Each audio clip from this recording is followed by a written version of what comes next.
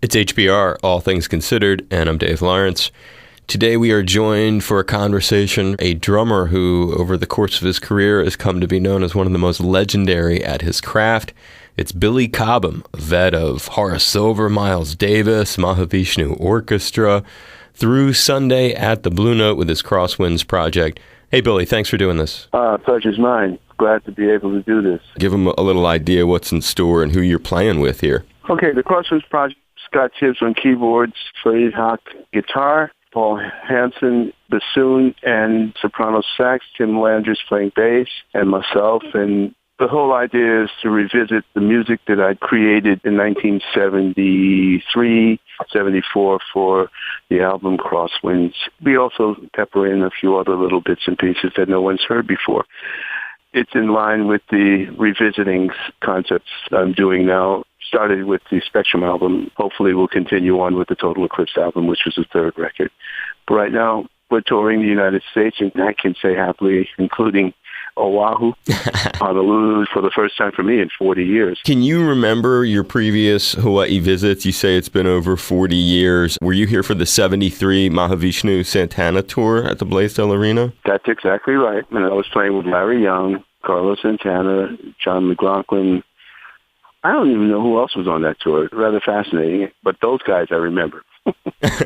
Great memory. Did you play since then here, or is that it? That was it, man. A couple different times. Once when John was on the show, and then Carlos has been on. Sometimes folks in the community, understandably, will write in with memories I haven't seen.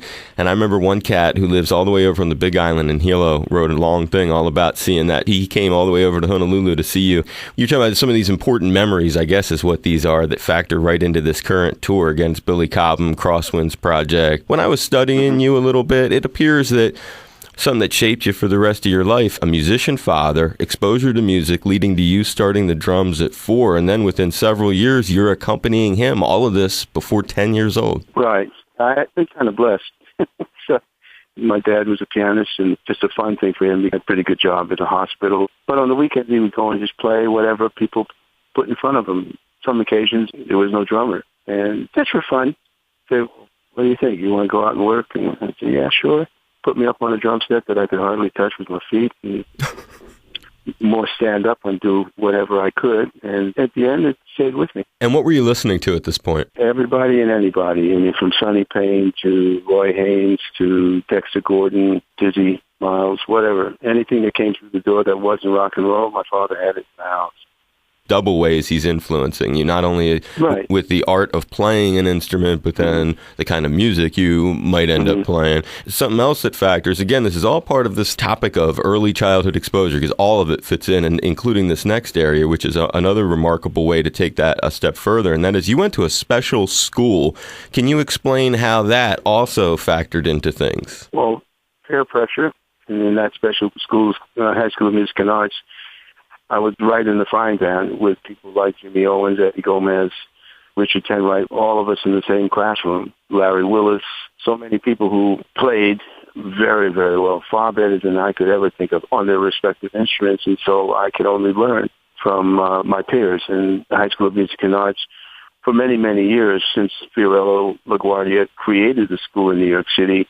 Tremendous amount of artists that have gone to that school and gone on to reach greater heights through that particular institution. I see what you're talking about, the peer pressure of just being surrounded by other cats who are all devoted to their thing. Yeah, and also we had this very special dimension. The school was in Harlem, so a lot of the black jazz musicians lived at that time up in that particular region or uptown Manhattan. And so it wouldn't be out of line for a Thelonious Monk to walk into the school auditorium, and we sat down and heard him play on stage after school hours, played the piano a little bit.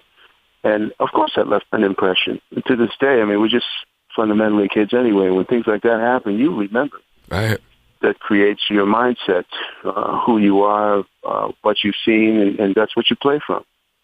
Yeah, that's some real shaping stuff. All these forces impacting you, and it helps to understand you a lot better after dissecting it a bit like this. And drafted for Vietnam, is that how it happened in 65? You entered the Army? I played in the United States Army Band, and so I was very blessed to be able to contribute in the strongest manner that I could, which was as an artist, as a musician. It looked like the Horace Silver gig came right after the Army. Came immediately after the Army because most of the people I was associated with in the Army knew a lot of people outside the Army, and of course we were moonlighting our buns off to try to make up the difference in pay. So you met people, auditioned for Horace's band right out of the service, and next thing you know, about 2-3 weeks later, I was on the road. Any lessons learned from working with Horace? Maturity. You have to be responsible for your moves. If you're booked in to work with somebody and you need to start at 8 o'clock, that means you don't come in at 8 o'clock. You come in at 7:30. So for me as a drummer, maybe it's 7 o'clock as opposed to that. These things you have to decide and make the right decisions and be responsible for your movements. Such great practical advice. And what led to the Miles? Well, what led me to Miles was led to me. He needed a drummer, and Jack DeJohnette recommended me, told Miles to come take a look, and told me that Miles would be coming in to check me out. He did at the Village Gate. And the rest is history. And where'd you meet John McLaughlin? I met him in 1968 at a club called Ronnie Scott's in London. The Mahavishnu Orchestra. I mean, explain to us how that first came together, that this would be one of the critical stages of your career. Coming from the base and foundation of people getting to know who you are from witnessing what you do off stage for themselves, and then witnessing how you carry yourself, and then making an offer, because it's a very delicate situation when it comes to connecting with other artists. You want to be sure that they're the right people whom you can relate to personally on and off stage. You have very valuable thoughts and ideas that you don't want to have to spread around too often. So I was quite honored and touched by John to poke me and say, hey, can you come in? I got a couple of things I'd like to work on. I want to see if you can help me make heads or tails of it. And that also worked out very well. He is followed in your life, another remarkable guitar player. Not a lot of ways to hear about him except by people who cross paths with him. The Spectrum record, the kind of sounds that Tommy Bolin would make on the guitar. A lot of people don't even know who he is today. Can you reflect on making a connection with him and producing work that people look at it as futuristic, undateable, timeless compositions? Well, Tommy Bolin was an aberration for his age. 19 years old, and at the time that we met, he was already working in a band called Zephyr, and I was in a band called Dreams.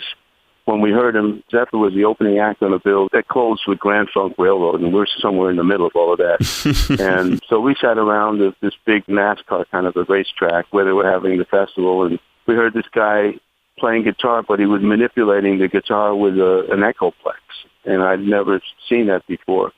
As a very, very young person, and I went, wow, and Randy and Michael Brecker were there, and they said, get out of here, who is this?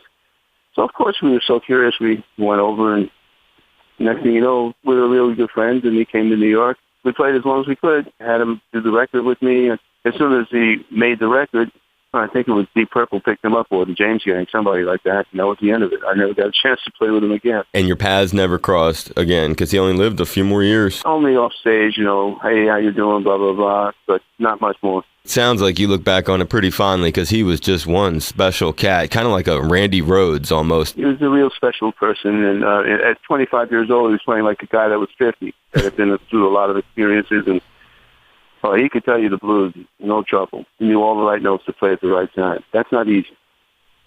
Great tribute to him to say that about him. And the approach to Crosswinds sounded so different than that. Was that almost intentional? Were you like, I got to explore something completely different after doing this? The whole thing about music with Crosswinds and anything else I write, especially if I revisit it, the first time is like first impression. But when you want to add something, sometimes it takes time to go through some experiences to find some information to add to the information that's already there. I write all of my material with the idea that I'll revisit it at some point if I have the opportunity. I don't even know how to write hits. If it happens, then it's really a luck thing. So I'm always just looking back at things and going, wow, I wonder what would happen if I did this. How would this change everything? And that keeps my mind fresh and my ideas consistent with the mainstream. That's what it's all about for me. It's a legendary Billy Cobham, his Crosswinds project at the Blue Note this weekend. I really appreciate your time today here on All Things Considered. I enjoyed doing this, but what I'm doing with you is fun.